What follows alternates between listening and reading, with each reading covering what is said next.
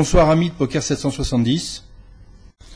Ce soir nous allons faire un tête-à-tête entre moi-même, Pascal Perrault, Pépé The Bandit, et mon ami Guillaume Darcourt, aka Bill the Killer, qui vient d'intégrer la team Poker 770 et qui fait un tête-à-tête pour la première fois sur online.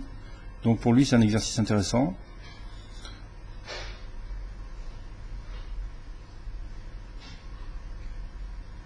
C'est d'autant plus intéressant que comme nous avons déjà fait des tournois ensemble et qu'il connaît ma façon de jouer, il sait qu'au début de tournoi je suis assez serré.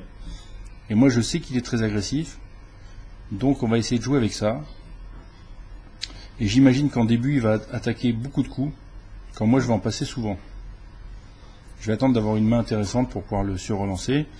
Là en l'occurrence avec 10 et valet, une deuxième paire, en tête à tête, ça a une certaine valeur, donc je l'attaque et il passe sans problème.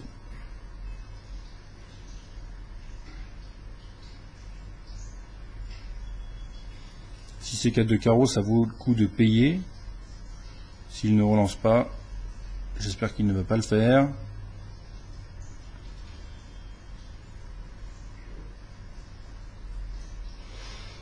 Oula, 120, oui, effectivement, là je passe sans problème. C'est incroyable de faire des relances à 6 fois le gros blind. Les overbets comme ça, c'est quelque chose que je n'arrive pas à comprendre, à moins qu'il y ait vraiment... Enfin, j'arrive pas à comprendre. J'arrive pas à comprendre si c'est quelqu'un qui, dans ces cas-là, s'il veut qu'on le paye ou s'il veut pas qu'on le paye. Parce que s'il veut qu'on le paye, c'est mal vu. Et s'il veut pas qu'on le paye, c'est dangereux. Parce que 6 fois le gros blind, si moi j'ai une très belle main et que je surrelance, ça lui coûte beaucoup plus cher de passer, quoi. 5 et 7 de carreau, c'est à peu près la même chose que 4 et 6 tout à l'heure. Sauf que là, il n'a pas relancé. Moi, j'ai rien. Je passe sans problème. Oula, carré de 2. Heureusement que je savais rien. Parce que sinon, ça aurait pu me coûter cher.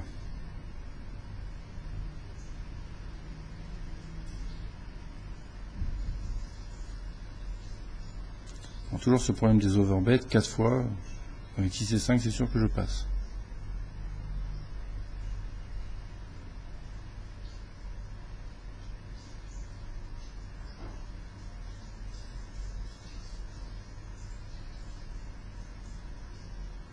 En début de tournoi, là, a priori, j'ai pas beaucoup de belles mains. C'est pas grave. Les blindes sont pas chers du tout, donc je peux passer sans regret. Et je peux attendre ma main, je peux attendre jusqu'à... Il suffit quand il nous reste que 800 de doubler et on passe devant l'autre. C'est un des effets du tête-à-tête. C'est qu'on peut descendre assez bas et en doublant, on repasse devant l'autre. Donc c'est un truc où il faut vraiment faire attention. Quand on a de l'avance. Voilà, comme à chaque fois que je le paye seulement, il me relance. Avec 6 et 7, autant passer directement. On fera des économies de jetons.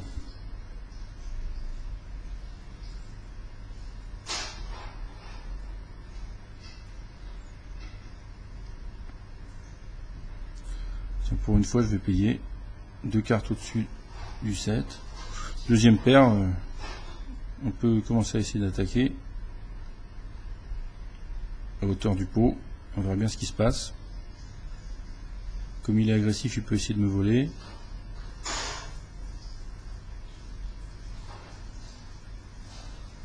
Ah. Là, on a touché notre 8. J'espère qu'il n'a pas couleur. Il y a peut-être une dame. Ou une paire. Bon, maintenant je suis à full. Donc là c'est sans problème. Je vais essayer de pas faire trop cher pour ne pas le faire fuir.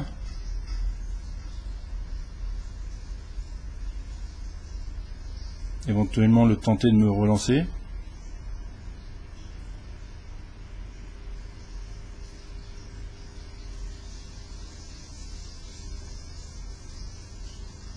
Oh là là, 2 rois. Là, effectivement, là, il m'avait carrément attrapé. Heureusement que j'ai eu un coup de chance à la turn.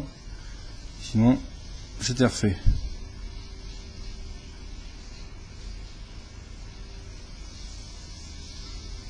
Bon, j'ai pris un petit peu d'avance, ce qui est pas mal. Maintenant, le tout, c'est d'essayer de la garder, parce que comme je vous expliquais, il lui reste 830. S'il double, il repasse devant moi.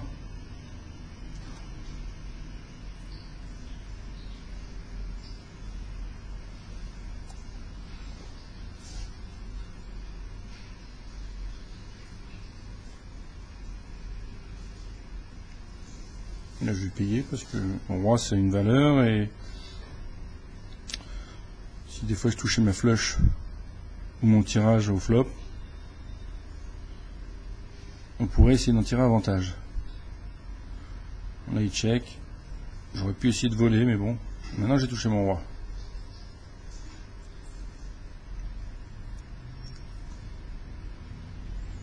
Maintenant, il y a 3 cœurs aussi.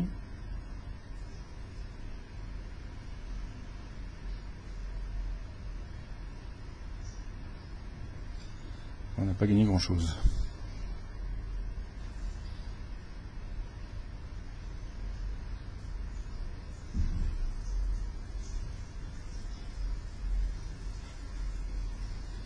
Bon, il continue à être agressif et à attaquer très chèrement. Donc moi, je passe toujours sans regret.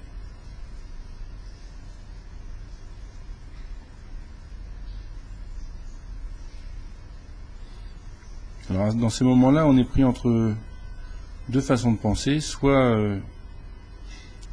essayer d'enfoncer le clou et de l'agresser plus, et en même temps essayer de garder ses jetons pour pas le faire doubler. Donc c'est toute une histoire de balance.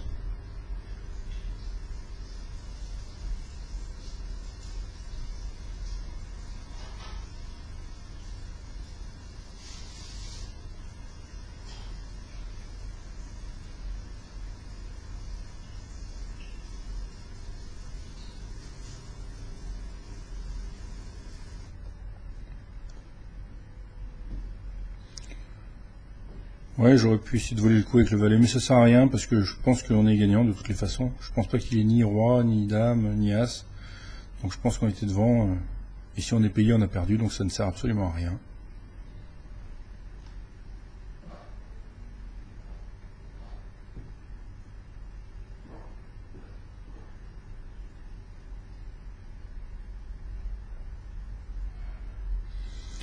Je n'aurais pas été gâté en termes de cartes de départ pour l'instant.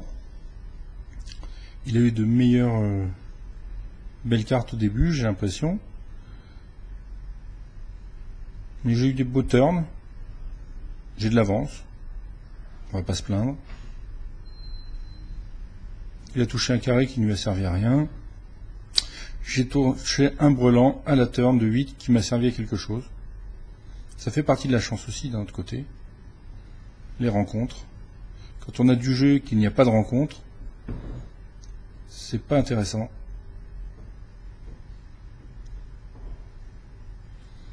Bon, lui, il a maintenant 750, c'est-à-dire c'est la moitié de son stock de départ.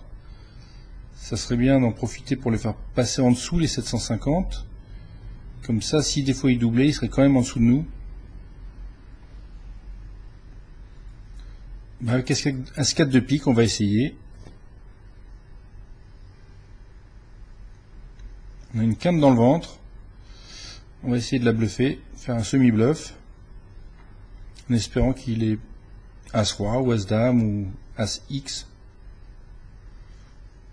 Mais ni 7, ni 3, ni 5, ni paire. Bon, maintenant on a trop investi pour passer. Alors il avait la top paire. Et là on est assez mal barré. Le 4 ne change rien. Et il est revenu